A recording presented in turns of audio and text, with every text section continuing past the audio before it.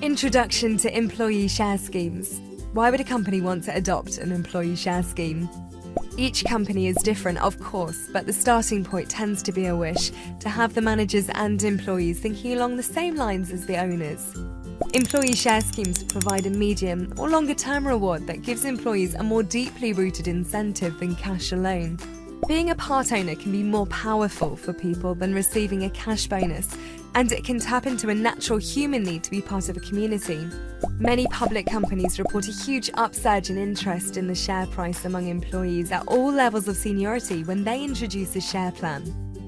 In the current labour market, companies are competing with other employers for talented staff, and the ability to offer share incentives is not only a useful recruiting device in itself, but it can make the employer a more attractive place to work. Some companies, particularly those in their early years, have limited cash, and so it can be attractive for young companies to be able to supplement salaries with shares. Many companies design their share ownership arrangements in ways that head off competitors, even those who can offer more cash, and encourage employees to stay longer once they've joined. The UK government encourages employee share ownership, and one key way in which it does this is through tax breaks for employee share schemes, which help save money for both employers and employees. How do we decide who should participate? Most companies start off with a small number of key people, or even just one person to whom they wish to award shares. If this is the case, they choose a share scheme tailored for these key people. Other companies choose to extend share ownership more widely, in some cases to all or most employees. This can also be done if there are enough shares available. Research tends to show there are benefits from having a wider share ownership, but wider participation can make it a bigger job running the scheme. If you have a relatively high staff turnover, you might want to think carefully about involving all your staff in personal share ownership, although if it's important for them to be part owners, there are simpler schemes that avoid major administration.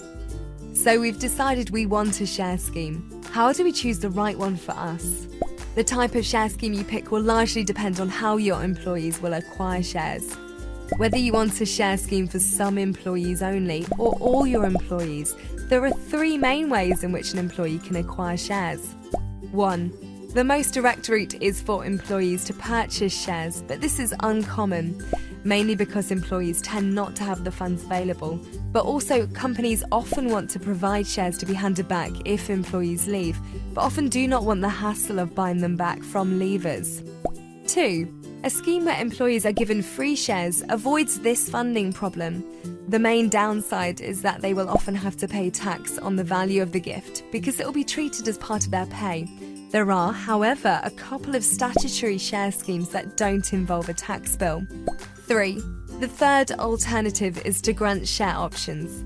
This means you give the right to buy shares in the future, but at a fixed price. This has the advantage of deferring any tax liability and also keeping employees off the share register, sometimes until a sale of the business. How can we find out more? If you'd like to find out more about what kind of share scheme might work in your company, we have a number of additional short animated tutorials that will give you the information you need. Postlethwaite are a law firm specialising in employee share ownership. We are employee owned ourselves. Get in touch!